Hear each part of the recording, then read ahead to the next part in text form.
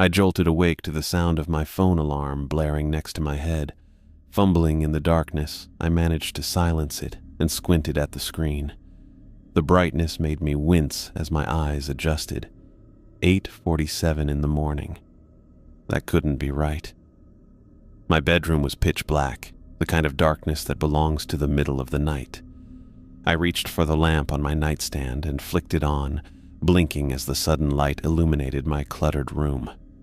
Something felt off. "Andrea," I called out, momentarily forgetting she hadn't stayed over last night. We'd talked on the phone before bed, making plans for dinner later this week. The silence that answered made my apartment feel emptier than usual. I swung my legs over the side of the bed and shuffled to the window, pulling back the curtains, expecting to see morning light filtering through the Chicago skyline. Instead, I was met with darkness. Complete, absolute darkness. The streetlights were still on, casting pools of yellow light on the sidewalks below. A few cars moved along the street, headlights cutting through the blackness. "What the hell?" I muttered, pressing my face against the glass. My brain cycled through logical explanations. Maybe my phone was wrong. Maybe the power had gone out and reset my alarm clock. But no, the lamp worked fine and my phone showed the correct date. Maybe a massive storm system had moved in overnight. Chicago weather was unpredictable, especially in fall. I grabbed my phone again and pulled up the weather app. Current conditions: 62 degrees, calm winds, no precipitation. Nothing that explained why the sky looked like midnight at almost 9 in the morning. My stomach tightened. I tried to calm the anxious thoughts starting to bubble up by focusing on practical matters. I needed to call work. Whatever was happening, I wouldn't be coming in today. "Hey, Janet," I said when my boss's administrative assistant answered. "It's David Patterson. I'm not feeling well today. Think I'm coming down with something. I'll be working from home." "Oh, David, are you seeing this outside? It's the strangest thing," Janet replied, her voice higher than normal. "Everyone's talking about it. Pete said he almost drove off the road because he thought his clock was wrong and he was still driving in the middle of the night." "Yeah, it's weird," I said, not knowing how else to describe it. "Any idea what's causing it?" "None. The news is just as confused as we are. Anyway, feel better. Keep us posted if you figure out what's happening before we do." After hanging up, I made coffee, going through the motions of my morning routine while trying to ignore the darkness outside my windows. The familiar smell of brewing coffee grounded me as I turned on the TV, flipping to the local news. "Unprecedented weather phenomenon affecting the entire Chicago area," a female anchor was saying, her expression a mixture of confusion and forced calm. We go now to Tom Wilson, our meteorologist. "Tom, can you explain what we're seeing, or rather, not seeing this morning?"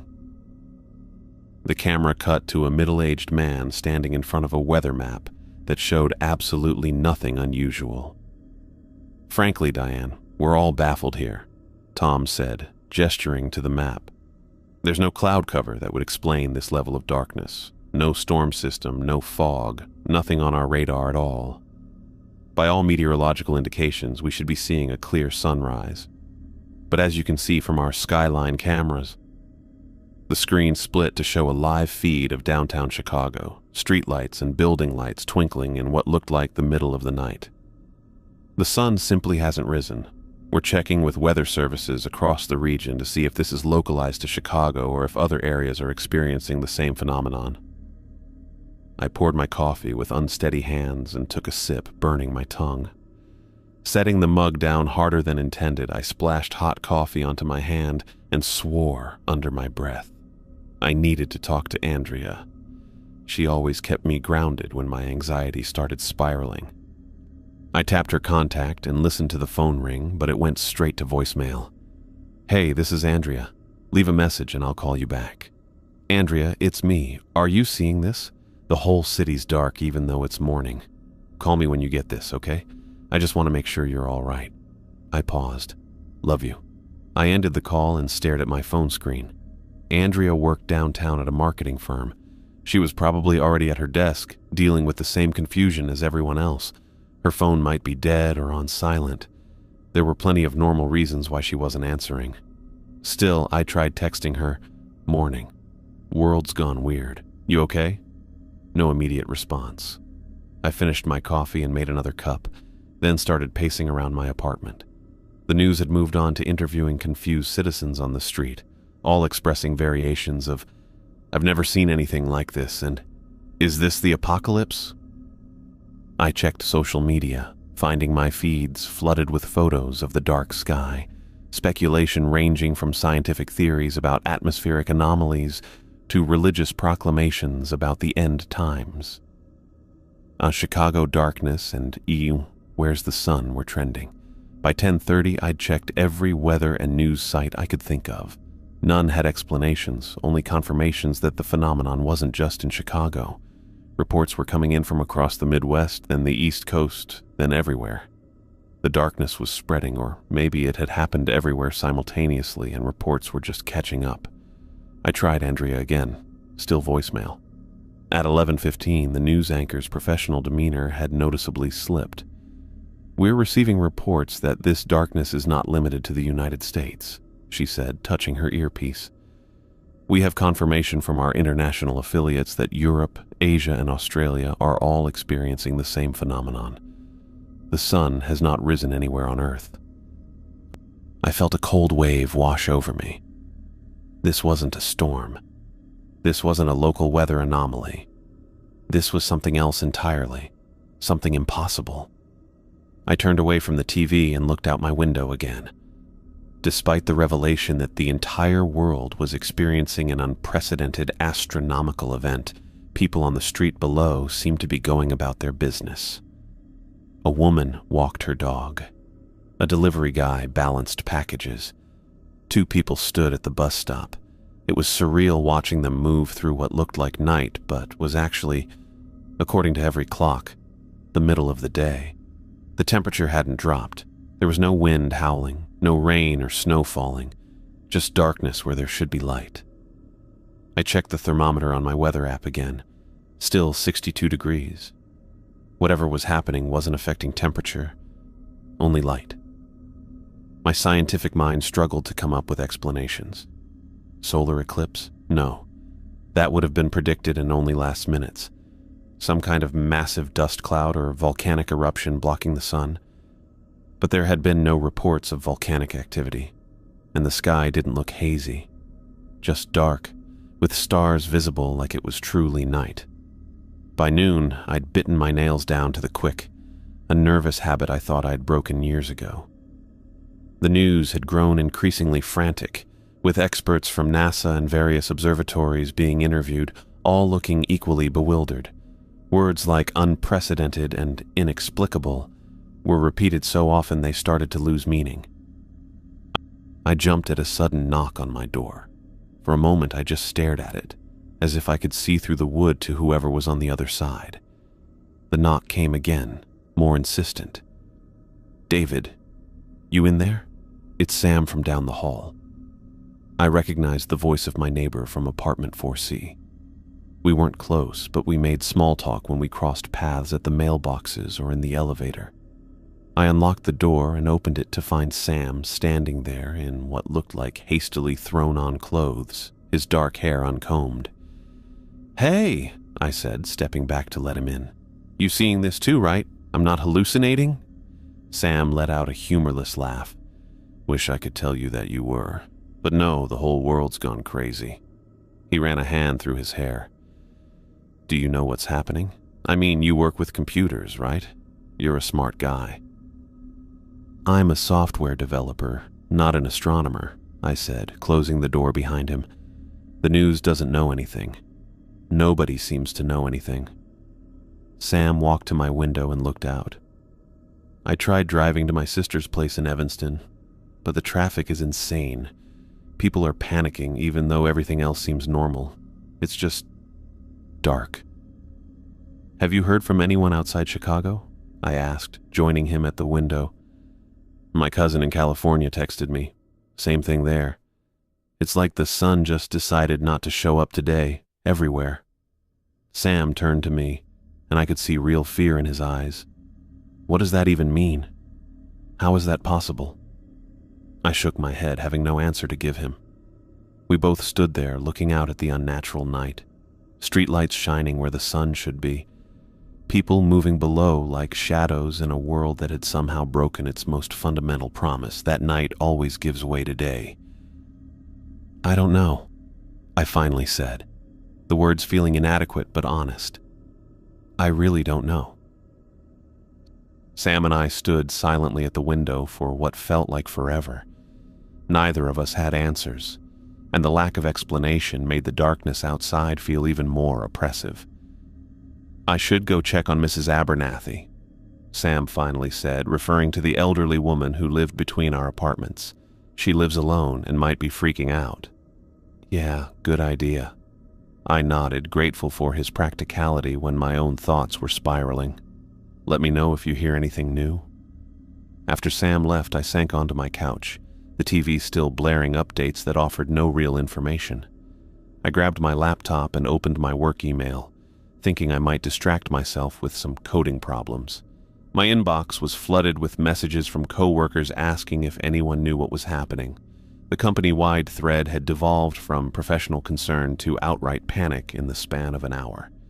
I tried calling my parents in Milwaukee, but couldn't get through. The call failed to connect, not even reaching voicemail. I tried 3 more times with the same result. The busy signal made my stomach tighten. How many people were trying to call loved ones right now? On the TV, the news anchor's voice had taken on a higher pitch as she read updates from a tablet rather than the teleprompter. We're receiving reports of traffic gridlock in major cities as people attempt to leave urban centers, she said. Authorities are urging everyone to remain where they are until more information becomes available. The camera cut to aerial footage of highways packed with cars, their headlights creating rivers of light through the darkness. Then to crowded grocery stores with people fighting over bottled water and canned goods. My stomach growled, reminding me I hadn't eaten since my coffee earlier. I opened a food delivery app on my phone, scrolling through restaurants that were still marked as open. I selected my usual order from the Thai place down the street, but when I tried to place it, a message popped up. No couriers available in your area. I tried 2 more services with the same result. Everyone was either staying home or too busy to deliver food. I checked my kitchen. Half a loaf of bread, peanut butter, some pasta, a few cans of soup. Enough for a couple of days at least. I made myself a sandwich and sat back down in front of the TV. The news was interviewing a NASA scientist via video call. His home office was dimly lit, and he looked like he hadn't slept. There is no astronomical explanation for this phenomenon, he was saying, removing his glasses to rub his eyes. It's not an eclipse. It's not a planetary alignment. We've checked for unusual solar activity, but our instruments show the sun should be shining normally. Something is blocking the light from reaching Earth, but we can't detect what it is. Could it be some kind of massive cloud or dust formation? The anchor asked. No known atmospheric phenomenon could cause darkness this complete across the entire planet, and our satellites would detect anything in orbit large enough to block the sun. Then what is your best theory at this point? The scientist looked directly into the camera, and I could see the fear behind his professional demeanor. I don't have one, he admitted. None of us do. I flipped to another channel where a religious leader was calling the darkness a sign of the end times. Another channel showed people gathered in a city square, some praying on their knees, others holding signs proclaiming repentance. I kept changing channels, searching for any information that might make sense of what was happening. Around 2 in the afternoon, I checked social media. My feeds were moving faster than I could read, filled with scared posts from friends and strangers alike. James Wilcox, high school friend. Anyone else can't reach family in Boston? Lines all jammed.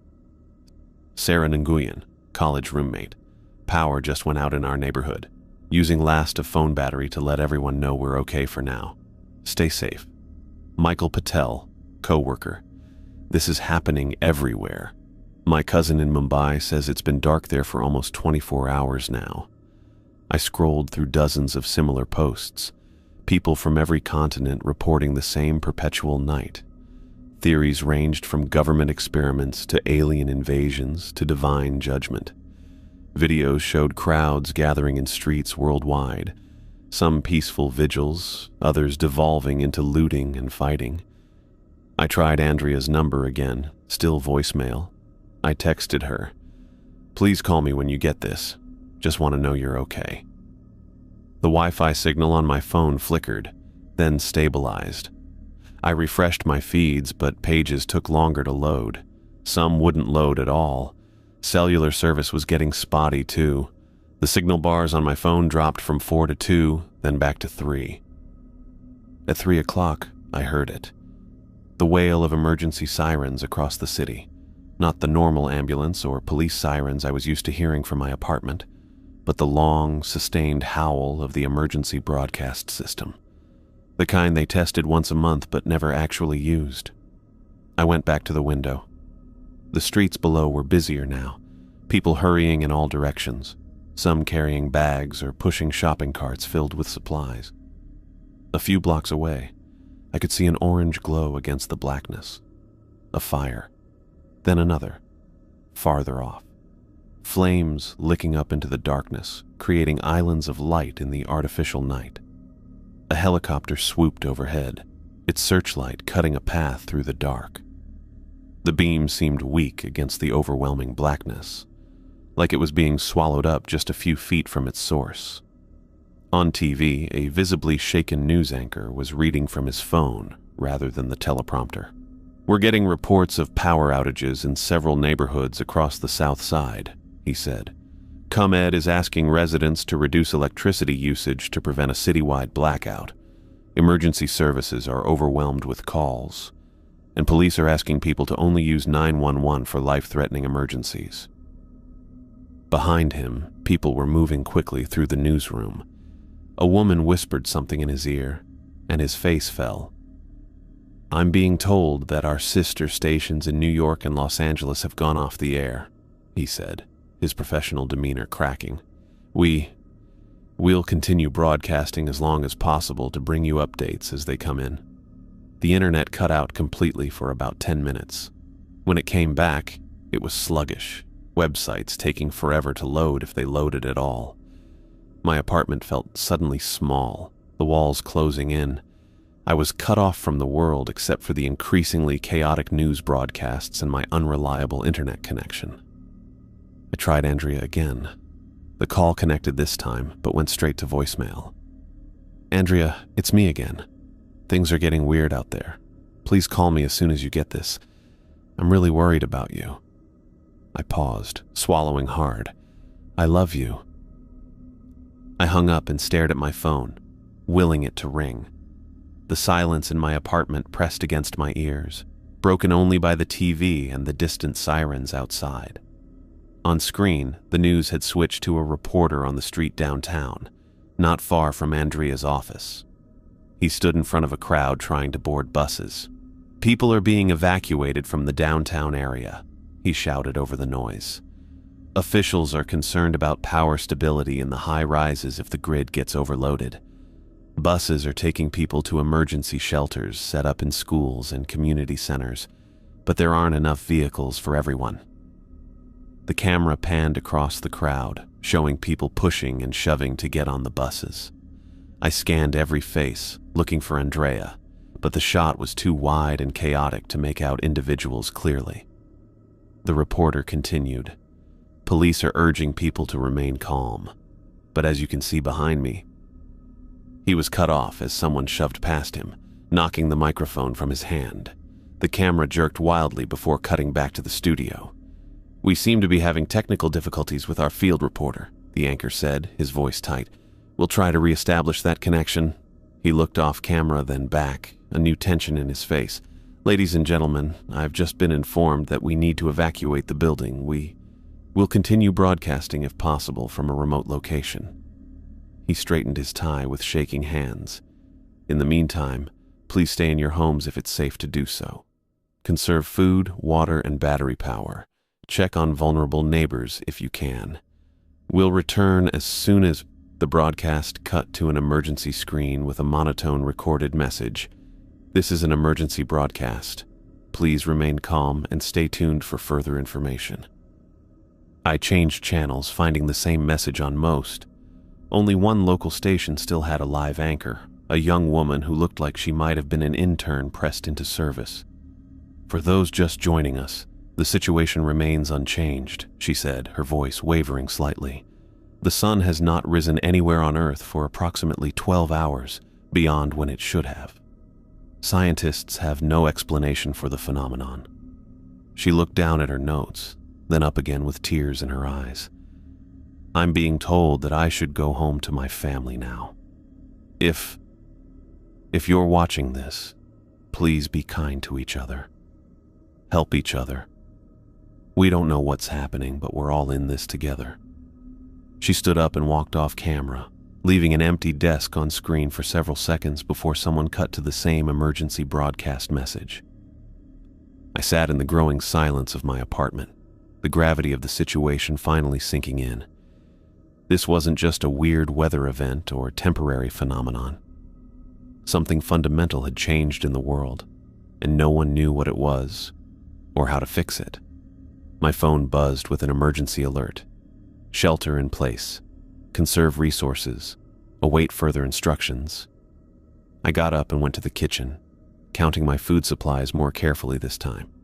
2 cans of soup, half a jar of peanut butter, 4 packets of ramen, a box of pasta, some sauce. My water was still running, so I filled every container I could find. Pots, water bottles, the pitcher from my fridge. Through it all, I kept glancing at my phone, hoping to see Andrea's name on the screen. Each time I was disappointed, I felt a little piece of hope break off inside me. I wondered where she was right now. Was she still at work? Stuck on a bus trying to get home? Was she safe? The thought of her alone in this chaos made my chest ache. I tried her number again. Voicemail. I tried Andrea's number one more time, listening to the now familiar voicemail greeting with growing dread. The quiet of my apartment pressed in on me. Outside, sirens wailed in the distance. A sharp knock at my door made me jump. I froze, phone still in hand. The knock came again, more urgent this time. "David, are you there? It's me." Andrea's voice. I nearly tripped over myself, rushing to the door, fumbling with the lock before yanking it open. She stood in my doorway, her dark hair windblown, face pale, a backpack slung over one shoulder. Her hands were visibly shaking. "Thank God," I said, pulling her inside and wrapping my arms around her. She hugged me back hard, her body trembling slightly against mine. I could feel her heart racing. For a long moment, we just stood there holding each other in my entryway, neither of us speaking. "I tried calling you so many times," I finally said, pulling back to look at her. "What happened? Are you okay?" Andrea dropped her backpack on the floor and pushed her hair back from her face. "My phone died hours ago. The office lost power around noon and I couldn't charge it." She moved past me into the living room, glancing at the TV still showing the emergency broadcast screen. "I tried using my boss's phone to call you, but the lines were jammed. Nothing was going through." "How did you get here?" "The news said downtown was being evacuated." She sank onto my couch, exhaustion written across her face. I walked, 12 blocks. The buses stopped running and the L shut down completely. Some kind of power issue. She looked up at me. "It's total chaos out there, David." I sat beside her, taking her cold hands in mine. Up close, I could see the fear she was trying to hide behind her composed expression. "Tell me what you saw," I said quietly. Andrea took a deep breath. "At first, it was just confusion. Everyone thinking it was some weird weather thing that would pass. But then, the power started going out in sections of downtown. People panicked." She paused, her eyes distant. "I saw a group of guys break into a convenience store. just smashed the window and started grabbing stuff. Nobody stopped them. "Are you hurt?" I asked, scanning her for injuries. She shook her head. "No." I stuck to main streets, kept moving. Most people were just trying to get home, like me. Her voice cracked slightly. "There was a car accident on Michigan Avenue. Nobody came to help. No ambulance, no police. People just walked around it." I got up and went to the kitchen, returning with a glass of water, which she took gratefully. "It's going to be okay," she said after taking a sip, trying to smile. "We'll figure this out." But I could hear the uncertainty in her voice, see it in the way her eyes wouldn't quite meet mine. She was trying to be strong, but she was just as scared as I was. On the TV, the emergency broadcast message continued its monotonous loop. "Remain in your homes, conserve resources, await further instructions." "Have you heard anything new?" Andrea asked, nodding toward the screen. "Most stations went off air a couple hours ago. This one's been showing the same message for the past hour." I picked up the remote and changed channels, finding one local station still broadcasting. A tired-looking reporter was speaking from what looked like someone's living room rather than a studio. Continuing power outages across the city. Officials are asking residents to minimize electricity usage. If you live in an area with functioning utilities, please fill bathtubs and available containers with water in case of service interruptions.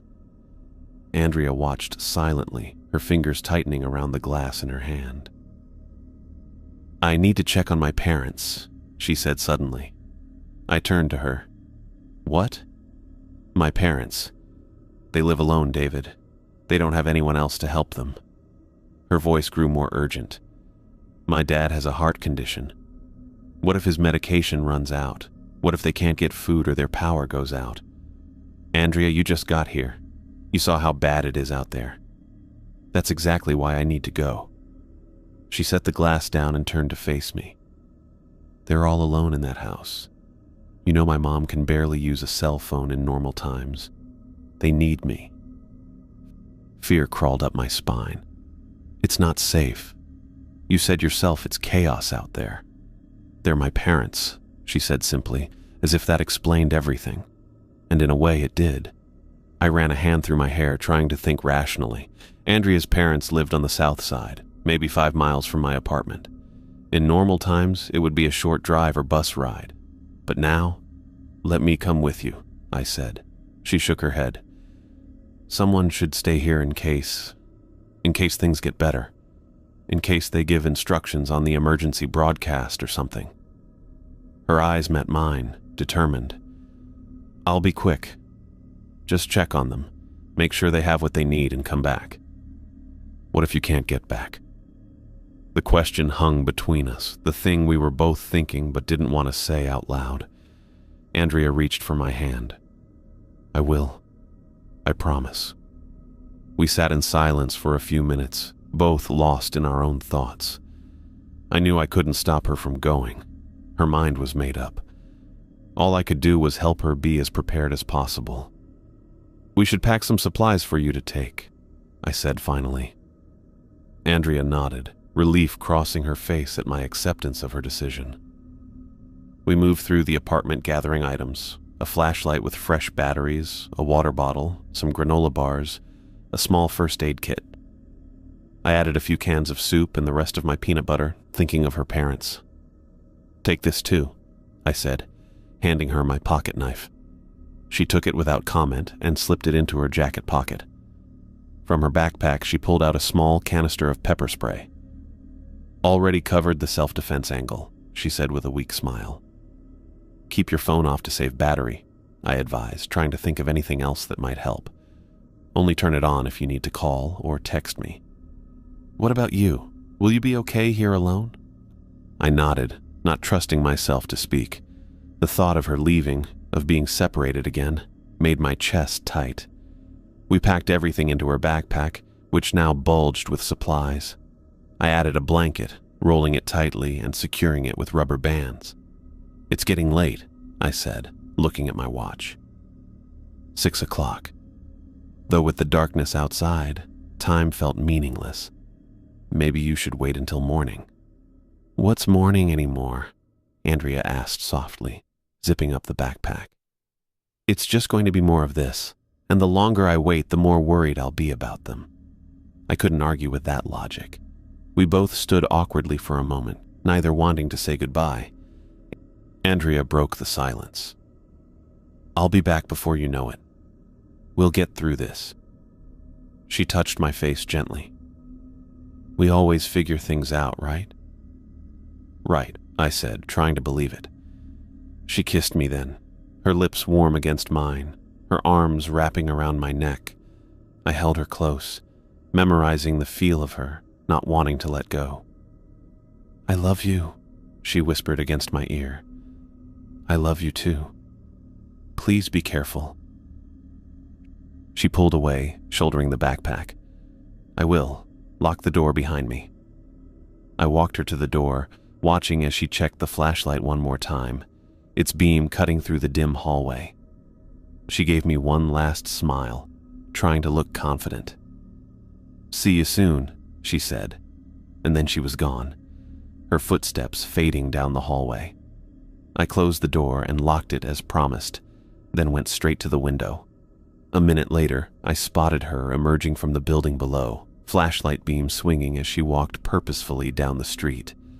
I watched until she turned the corner, her light becoming smaller and smaller before finally disappearing completely, swallowed by the darkness. The silence in the apartment pressed down on me once she was gone. I stood at the window for a long time, staring at the point where I'd last seen her light, as if by watching I could somehow ensure her safe return. Eventually, I moved away from the window and tried to distract myself. I picked up a book but couldn't focus on the words. I put on music, but it felt wrong somehow, too normal for the situation. I kept checking my phone for texts from Andrea, though I knew she would keep hers off to save battery as we'd discussed. Still, I couldn't help looking every few minutes just in case. At 8 o'clock, I turned back to the TV, flipping through channels. All but one showed the emergency broadcast message now. The last functioning station showed a single reporter sitting at a desk, reading from a sheet of paper by lamplight. If you're still receiving this broadcast, please continue to shelter in place. Conserve food, water, and electricity. Help neighbors if you safely can. We don't know when regular broadcasting will... The screen suddenly went black, then flickered back to the emergency broadcast message. The last station had gone silent. I turned off the TV and sat in the dark, listening to the distant sirens and occasional shouts from the street below, waiting for Andrea to return from the endless night outside.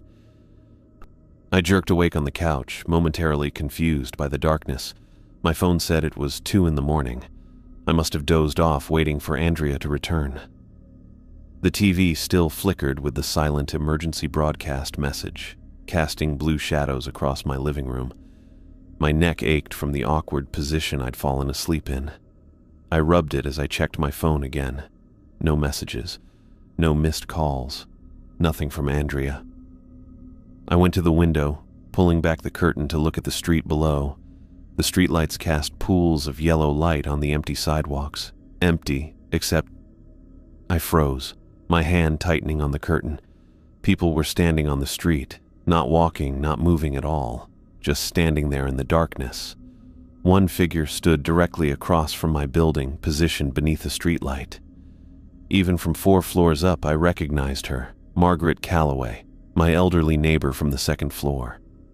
She was wearing what looked like a nightgown, her thin white hair unmistakable even in the dim light. Her face was tilted upward, aimed directly at the building. And she was smiling. Not a normal smile. Her lips were pulled too wide, stretched across her face in a way that looked painful. I leaned closer to the glass, squinting to make sure I wasn't imagining things. She didn't move, not even slightly. Her arms hung at her sides, the nightgown fluttering slightly in the breeze, but Margaret herself was completely still. I scanned the rest of the street. There were others, at least 5 more figures, standing at various points along the block. A man in a business suit near the corner, a woman by a parked car, 2 people near the alley entrance, all of them motionless. all of them with that same stretched smile. None of them looked up at passing cars or responded to the occasional emergency vehicle that sped by with sirens wailing. They just stood there, fixed in place like mannequins someone had positioned throughout the neighborhood. I checked the time again. 2:17. I decided to watch Margaret to see if she moved at all. Minutes ticked by. 5, 10, 15.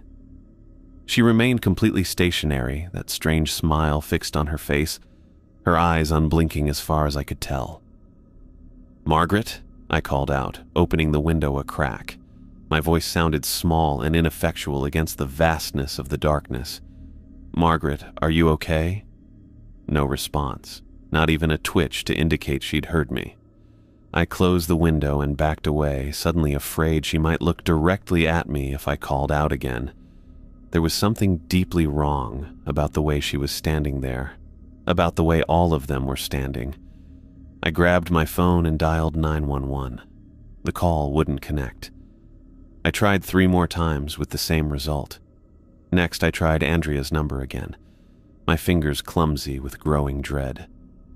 "You've reached Andrea Martinez. I can't take your call right now, but leave a message and I'll get back to you as soon as I can." The normalcy of her voicemail greeting made my chest hurt. I hung up without leaving another message. What was there to say that I hadn't already said? I returned to the window, drawn back despite my unease. Margaret hadn't moved an inch. Neither had any of the others. I found myself counting them. 7 total now. Had there been more before? I couldn't remember. For the next few hours, I alternated between pacing my apartment, trying Andrea's number, and returning to the window to check on the motionless figures outside. They never moved, never blinked, never acknowledged the occasional car that drove past or the distant sound of breaking glass somewhere in the neighborhood. Around 5 in the morning, I needed to use the bathroom. I hesitated, oddly reluctant to look away from the window, as if something might happen the moment I turned my back. But the pressure in my bladder won out. When I returned less than 2 minutes later, I immediately knew something had changed. Margaret was no longer across the street. She was now directly in front of my building, standing beneath the streetlight closest to the entrance. Her head was still tilted back, her gaze still directed upward, that smile still stretched across her face. She had moved, while I wasn't watching. My heart hammered in my chest as I scanned the street. The other figures had also changed positions. Not dramatically, but noticeably. They were all slightly closer to my building than before, all facing it, all wearing those same fixed smiles. I backed away from the window, bumping into the coffee table and nearly falling. Cold sweat broke out across my forehead. They had moved without walking, or they had moved so quickly and silently that no one had noticed. Either option was impossible. Either option was terrifying. I returned to the window one more time, staying back far enough that I couldn't be seen from below.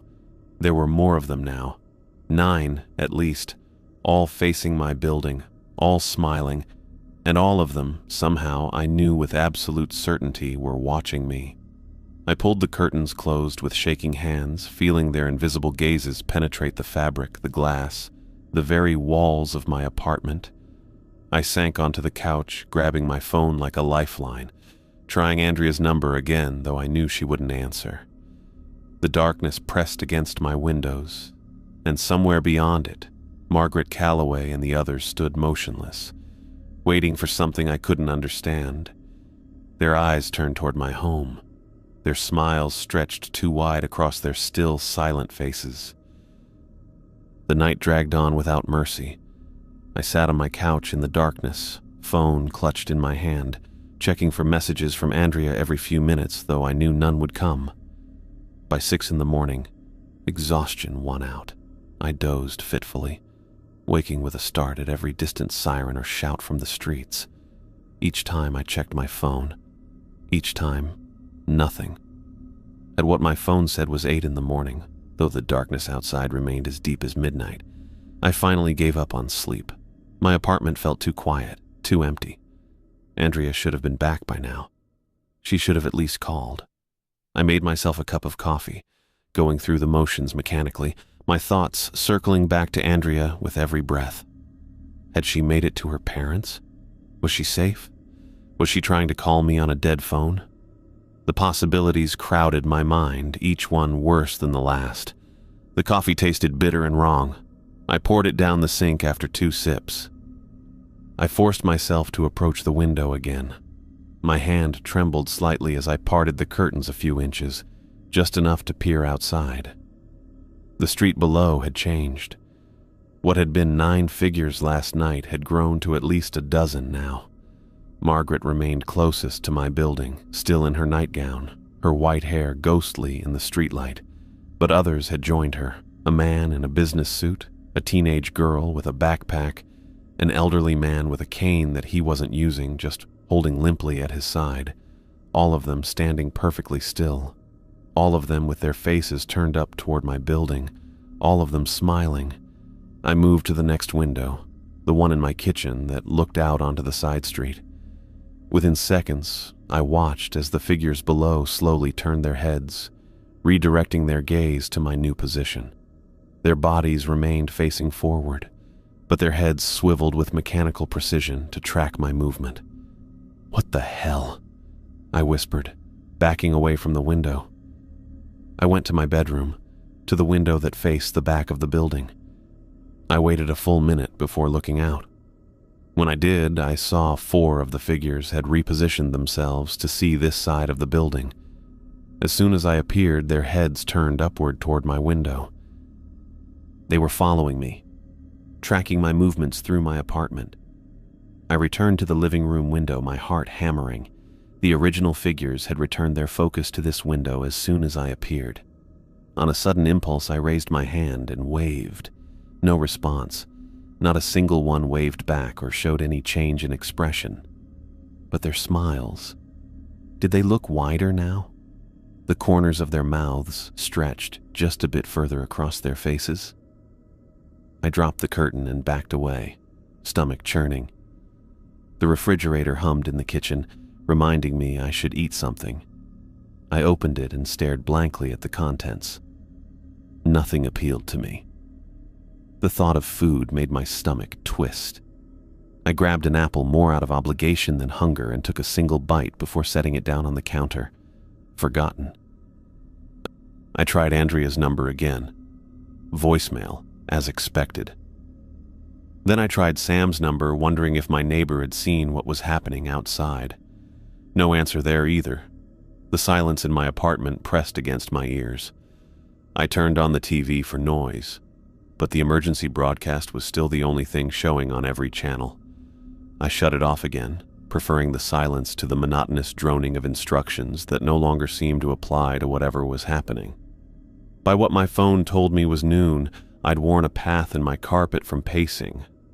My worry for Andrea had transformed into something harder and sharper than anxiety.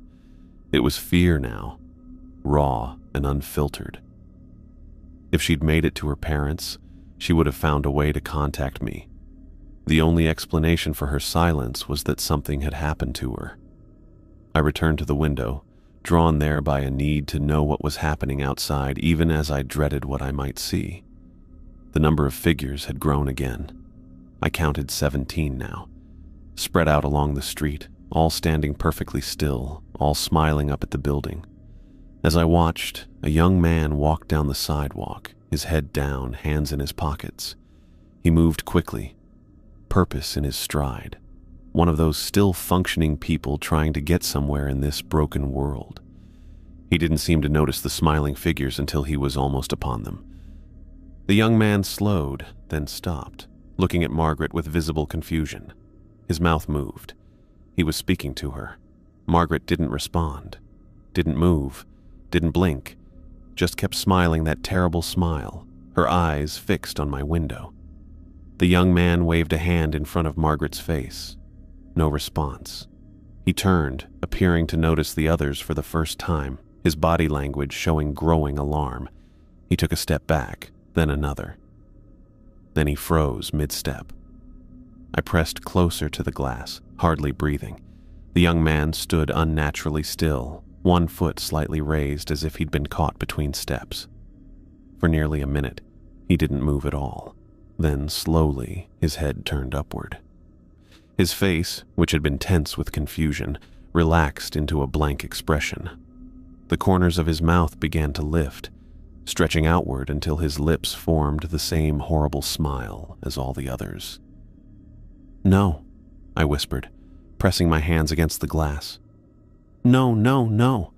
I banged on the window, yelling, though I knew he couldn't hear me. "Run! Get away from them!" But it was too late. The young man now stood like all the others, perfectly still, face tilted upward, that unnatural smile fixed in place. Another one taken by whatever this was. I stumbled back from the window, my breath coming in short gasps. I'd just watched it happen, watched someone change, become one of them. The implications hit me like a physical blow. If this was happening all over the city... Andrea. I scrambled for my phone, my fingers clumsy with panic. I didn't have her parents' number, but she'd given me access to her contacts, months ago, in case of emergency. This qualified. I found their number under Mom and Dad and called with shaking hands. The phone rang, and rang, and rang. No answer. No voicemail. I tried 3 more times with the same result. Each unanswered ring twisted the knife of fear deeper. What if Andrea had made it to her parents but was now standing somewhere in their neighborhood, smiling that empty smile, staring at nothing? What if she was already lost to whatever was happening? My legs gave out, and I sank to the floor, back against the wall, the phone still clutched in my hand. The thought of Andrea, vibrant, determined Andrea, becoming like those empty shells outside, was too much to bear. The darkness beyond my windows seemed to grow deeper, more threatening. I sat there in my silent apartment, surrounded by the remnants of normal life that no longer existed, while outside, those smiling figures waited. For what, I didn't know. But somehow, I was certain they would wait forever if necessary, their eyes never closing, their smiles never fading, as constant and unchanging as the darkness that had swallowed the sun. I remained on the floor for what felt like hours, my back against the wall, phone clutched uselessly in my hand. The weight of Andrea's absence pressed down on me like a physical thing. My thoughts spiraled between worry and fear, each scenario worse than the last. I forced myself to stand on shaky legs. Sitting here, paralyzed by fear, wouldn't help Andrea. I needed to do something. By what my phone called afternoon, though the darkness outside remained absolute, I had made up my mind. I couldn't stay in this apartment any longer, waiting for news that might never come. I had to find Andrea. The thought of venturing out there, among those unblinking, smiling watchers, made my stomach clench. But the alternative, continuing to sit here imagining Andrea in danger, was worse. I moved with newfound purpose, gathering supplies I might need. Flashlight, check. Fresh batteries, check.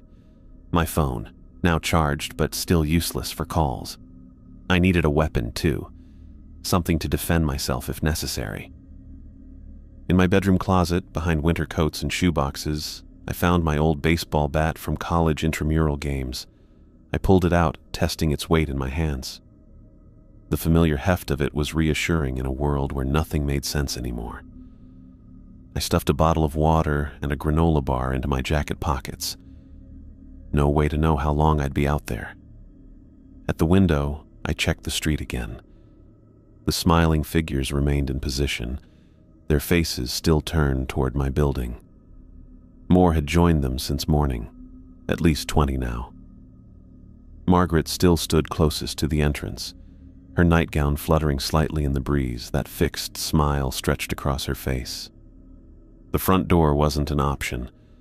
I'd have to walk right past them, and after what I'd seen happen to that young man earlier, I wasn't taking any chances. The fire escape. That was my way out. I went to my bedroom window, unlocked it, and pushed up the sash. Cold air rushed in as I stuck my head out, looking down the metal scaffolding that zigzagged down the side of the building. No smiling figures on this side, yet. I tucked the bat under my arm, gripped my flashlight, and climbed through the window. The metal grating felt cold and solid beneath my feet. I pulled the window mostly closed behind me, leaving it unlocked so I could get back in. The fire escape creaked softly as I made my way down, trying to be as quiet as possible. From this vantage point, I could see around the corner of the building to where some of the smiling figures stood. They didn't react to my presence.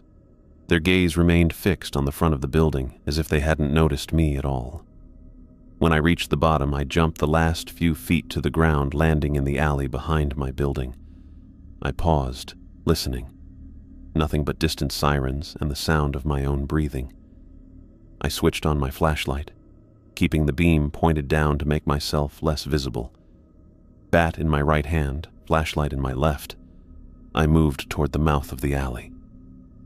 I peered around the corner. From here I could see Margaret and several others, still standing motionless, still staring up at my apartment. None of them had noticed I wasn't there anymore. Taking advantage of their fixed attention, I slipped out of the alley in the opposite direction, keeping close to the buildings, moving as quickly and quietly as I could. The streets were empty of normal activity. No cars moved along the road. No pedestrians hurried along with destinations in mind. Just darkness and silence, broken occasionally by distant sounds of chaos.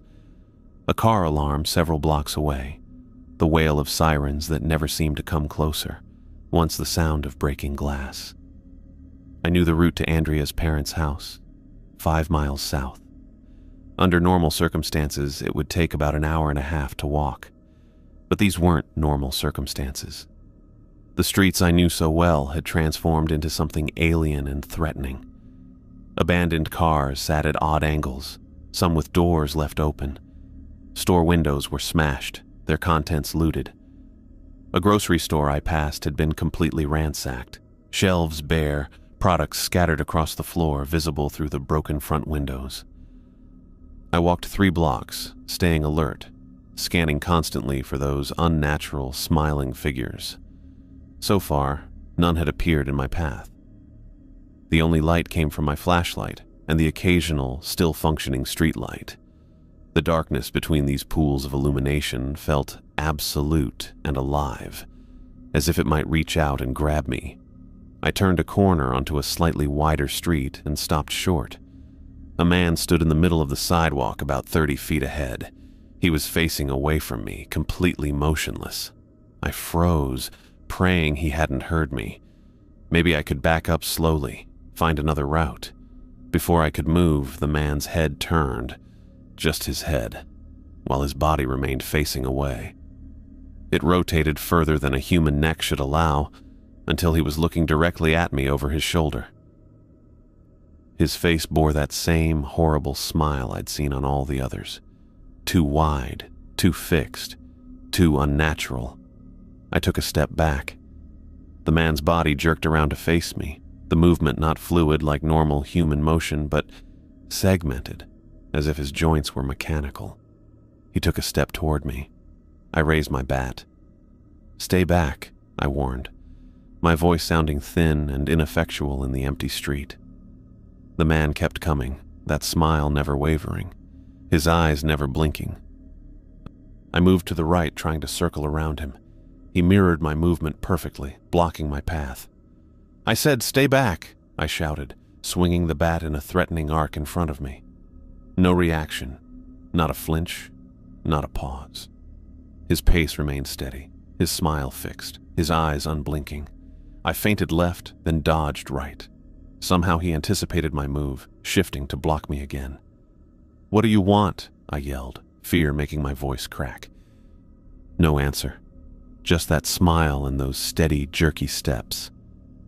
He was close now, close enough that I could see the unnatural stillness of his eyes, the way his chest didn't seem to rise and fall with breath. I swung the bat. It was a perfect shot, aimed straight at his head. I felt the weight of the swing, felt the moment when it should have connected. But it didn't. Somehow I missed. The bat passed through the space where his head should have been, throwing me off balance with the unexpected lack of impact. I stumbled, caught myself, and looked up in confusion. The man stood exactly where he had been, unmarked, unaffected, as if my bat had passed right through him. Cold fear washed over me. This wasn't possible.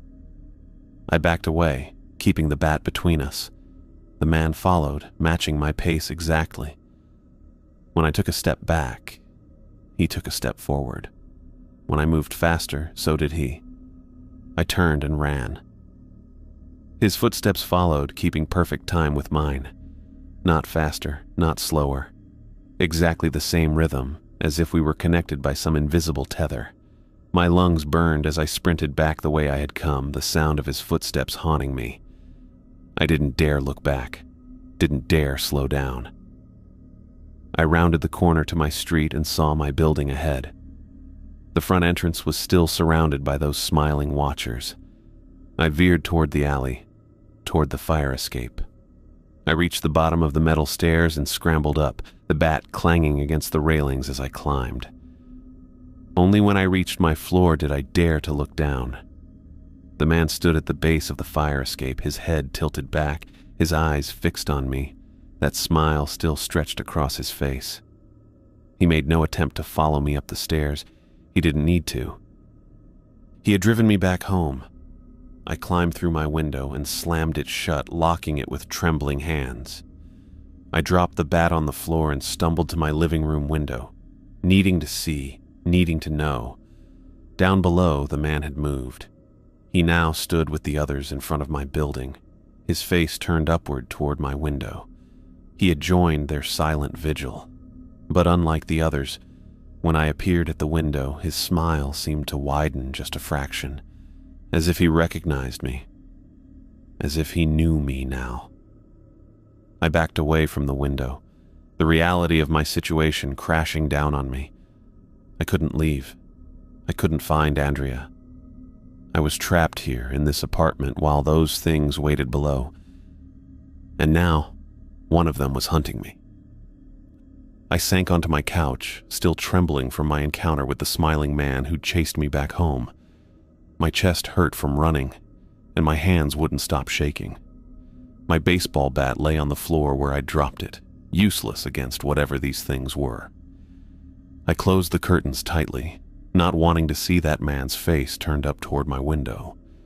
The air in my apartment felt different somehow. Colder. Heavier.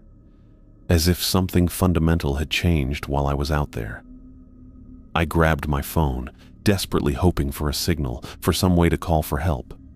The no-service icon stared back at me mockingly. I tried Andrea's number anyway. Nothing. For almost an hour, I sat in silence, listening to the distant sounds of a city in chaos. Occasional sirens, a car alarm that had been going for at least 20 minutes, once what might have been gunshots several blocks away. I was just working up the courage to try the fire escape again, maybe find a different route to Andrea's parents' house, when I heard it, the distinct sound of my apartment door opening downstairs. My heart leaped in my chest. Andrea? Had she made it back?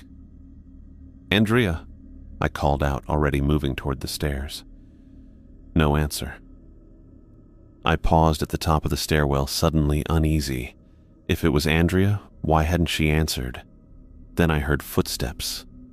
Slow, deliberate footsteps. Heavy ones. Not Andrea's quick, light tread. Wrong. These footsteps were all wrong.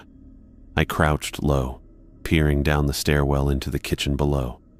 Two figures stood there, completely still. A woman maybe 45 or 50 years old in a wrinkled blouse and skirt, and a teenage boy in jeans and a hoodie. Both had their backs to my kitchen counter. Both had their faces turned upward, looking directly at the stairwell where I was hiding. Both wore those terrible, stretched smiles. I pulled back instantly, my heart hammering so hard I was sure they could hear it. How had they gotten in? I'd locked the door after Andrea left, I was certain of it. I always locked my door. even more so in this new world of perpetual night. The footsteps didn't resume. No sound came from the kitchen at all. Were they still standing there? Were they coming up the stairs? The silence was almost worse than any noise would have been. I backed away from the stairwell, moving as quietly as possible toward my bedroom. The baseball bat. I needed the baseball bat. It hadn't worked against the man outside, but it was all I had. I retrieved it from the living room floor, gripping it so tightly my knuckles turned white. Back to my bedroom. Door closed, locked. A barrier between me and them, flimsy as it might be. My hands shook so badly I nearly dropped the bat. They were in my apartment, in my home, my last safe place. How had they gotten in? I fumbled for my phone again, desperate to call anyone, to reach any kind of help. I tried 911, nothing. All emergency services, nothing. Random numbers, just hoping to reach another human being. Nothing. The signal was completely gone now. I pressed my ear against the bedroom door, straining to hear any sound from beyond. Nothing. Complete silence. Were they still in the kitchen? Had they left? Were they right outside my door? I dropped to my knees and peered through the keyhole, holding my breath. At first, I saw nothing but the darkened hallway. Then a shadow moved across my limited field of vision. Something passed by the door, moving from left to right. Another shadow followed, this one slower. They were exploring my apartment, moving through my space, touching my things. I scrambled backward, away from the door, as if they might somehow reach through the keyhole and grab me. My dresser. I needed something to block the door. I set the bat down and pushed against the heavy wooden dresser. It scraped loudly across the floor as I maneuvered it in front of the door. I winced at the noise, certain they could hear it, certain they now knew exactly where I was hiding. But what choice did I have? The dresser settled against the door with a final thud. I picked up the bat again and backed away until I hit the edge of my bed. I sank down onto it, bat across my knees, listening to the silence. The absolute terrible silence from beyond my door. I strained to hear any sound. Footsteps, breathing, movement of any kind. Nothing, just silence. But I knew they were out there. I could feel them, like a pressure in the air, a weight against my skin. They were moving through my apartment, those smiling, empty-eyed things that looked human, but weren't. Not anymore. I thought of the man outside, how my bat had passed right through him, how he'd matched my pace exactly, step for step, never gaining, never falling behind, as if we were connected somehow. What were they? What did they want? I clutched the bat tighter, staring at the barricaded door. The silence stretched on, unbearable, suffocating. My apartment had been my refuge, my safe place in this new, dark world. Now nowhere was safe. Not the streets, not my home, nowhere. If they could get in here, they could get in anywhere. Around midnight, the apartment fell into an eerie silence. I sat on the edge of my bed, baseball bat still clutched in my white-knuckled grip, straining to hear any movement from the other side of my barricaded door. The dresser looked solid against it, but I couldn't stop wondering if it would be enough. Then I heard it.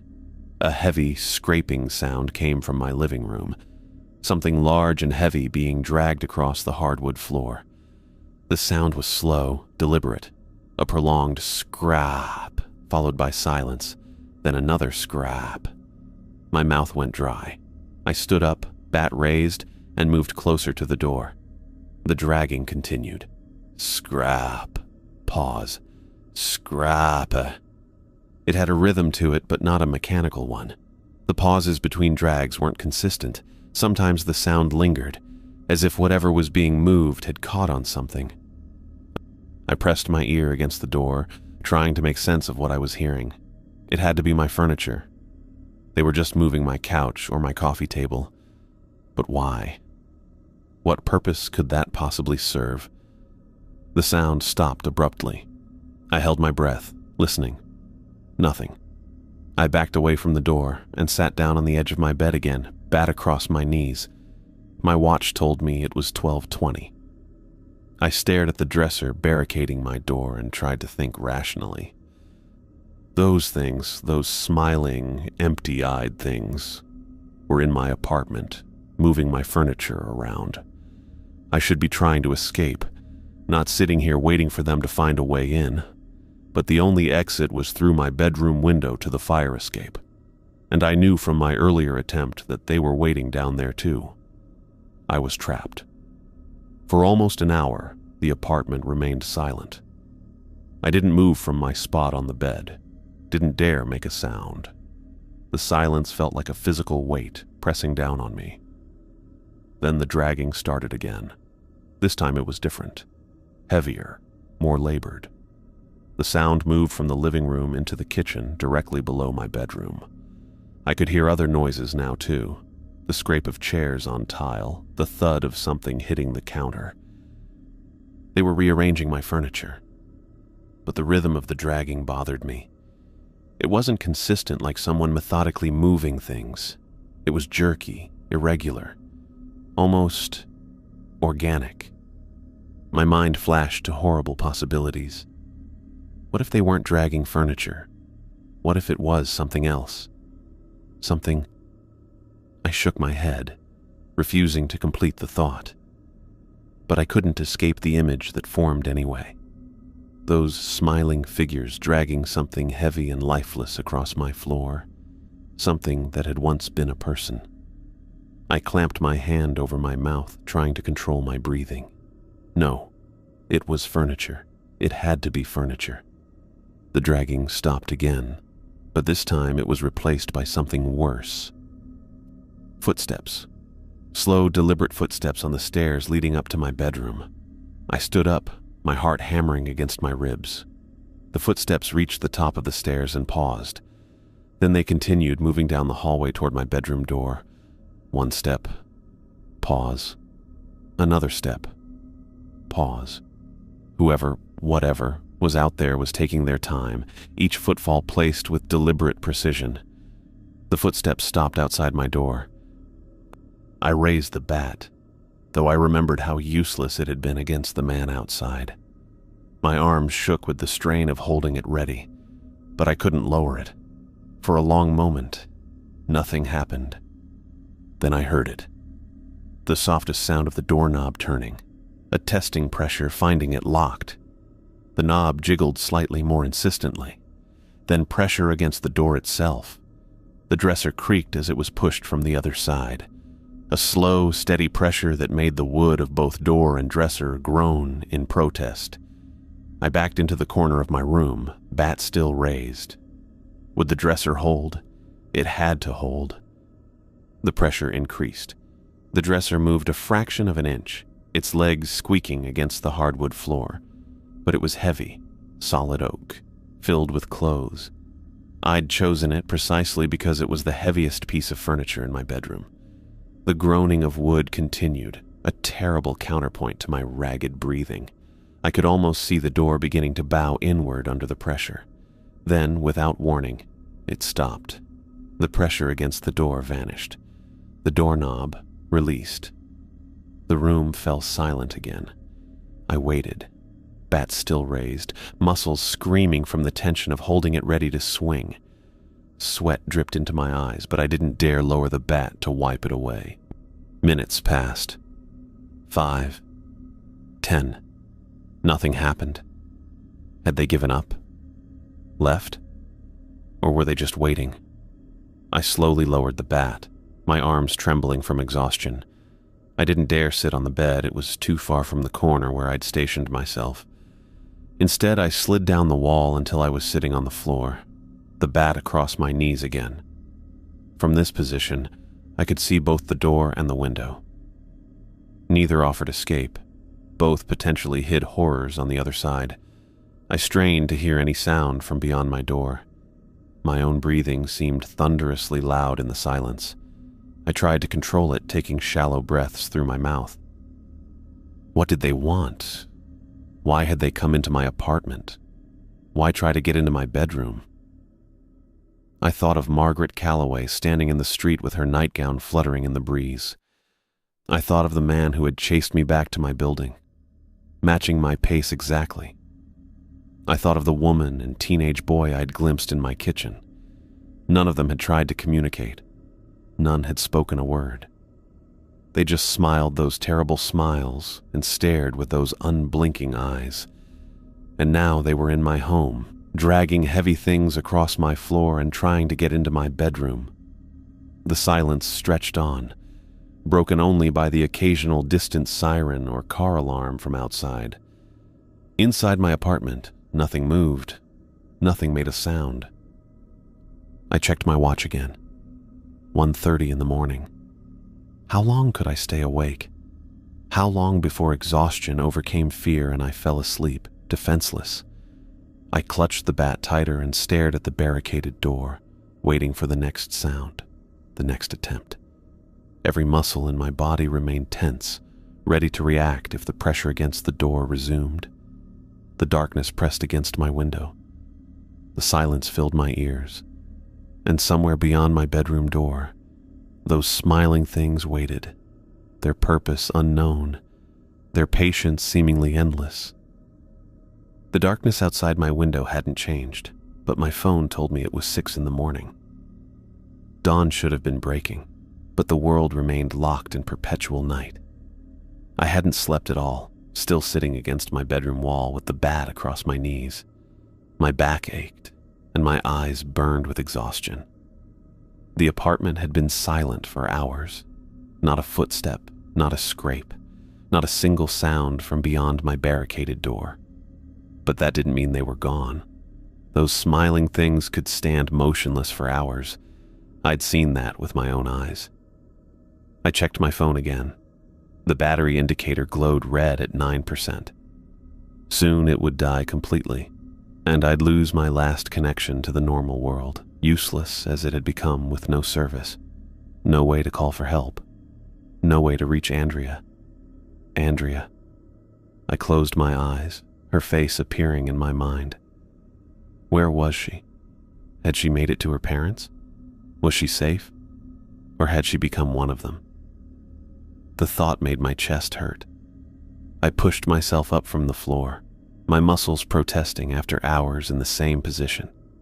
I needed to do something, anything, rather than just sit here waiting for whatever came next. My desk drawer held a few notebooks and pens from when I occasionally worked from home. I pulled out a spiral-bound notebook and a ballpoint pen. If I couldn't call for help, maybe I could at least leave a record of what had happened. Someone should know. Someone should understand what we'd experienced, even if I didn't understand it myself. I sat on the edge of my bed and opened the notebook to the first blank page. The pen hovered over the paper for a moment before I began to write. To whoever finds this, I paused, then crossed it out. Too dramatic. Too much like the beginning of a horror movie. This wasn't fiction. This was happening. I started again, simpler this time. My name is David Patterson. I live at 1422 Oakwood Avenue, apartment 4B, Chicago. Today is... I stopped. What day was it? The darkness had begun. When? 2 days ago? 3? The days had blurred together in this endless night. I couldn't even remember what day of the week it had been when the sun failed to rise. I don't know what day it is anymore. The sun hasn't risen in what feels like days. The world went dark, and everything changed. The words flowed more easily after that. I wrote about waking up to darkness, about the confusion and panic that followed, about the news reports of worldwide darkness, about Andrea leaving to check on her parents and never returning. I described the figures in the street, Margaret Calloway in her nightgown, the others joining her one by one, all with those terrible, fixed smiles. I wrote about my failed attempt to leave, the man who chased me back home, how my bat had passed right through him. Then I detailed how they'd somehow gotten into my apartment, the woman and teenage boy I'd seen in my kitchen, the sounds of furniture being dragged across the floor, the pressure against my bedroom door. As I wrote, I realized something I'd been avoiding thinking about. I couldn't stay in this room forever. I had no food, no water, nothing to sustain me. I was effectively trapped in a slowly closing box. Die quickly by facing whatever waited outside, or die slowly from dehydration. Some choice. I looked at the dresser pushed against the door. It had held when they tried to get in, but for how long would I be safe? And even if they never got in, what then? Wait until I was too weak from hunger and thirst to defend myself. I turned back to my notebook, writing faster now. I don't know what these things are. They look human, but they're not. Not anymore. They don't blink. They don't speak. They just smile those terrible smiles and watch and wait. I don't know what happened to Andrea. I pray she's safe somewhere. I don't know what's happened to the world, why the sun won't rise, why people are changing. If anyone finds this, please try to understand. We didn't know what we were facing. We weren't prepared. I paused, pen hovering over the page. What else could I say? What wisdom could I possibly offer?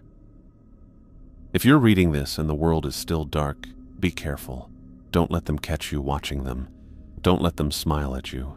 And whatever you do, don't smile back. I closed the notebook and set it on my nightstand where it would be visible to anyone who entered the room. A small, pathetic legacy, but better than nothing. My phone showed 7% battery now. It wouldn't last much longer. I stood up, gripping the bat tightly. The dragging sounds from the night before played in my memory. What had they been moving? Furniture? Or something worse? I couldn't shake the image of something heavy and lifeless being pulled across my floor. I hadn't heard those sounds resume, but that didn't mean anything. They could be standing right outside my door, still as statues, waiting. But I couldn't stay here. I had to know if they were still in my apartment. I had to find food and water. I had to try to find Andrea.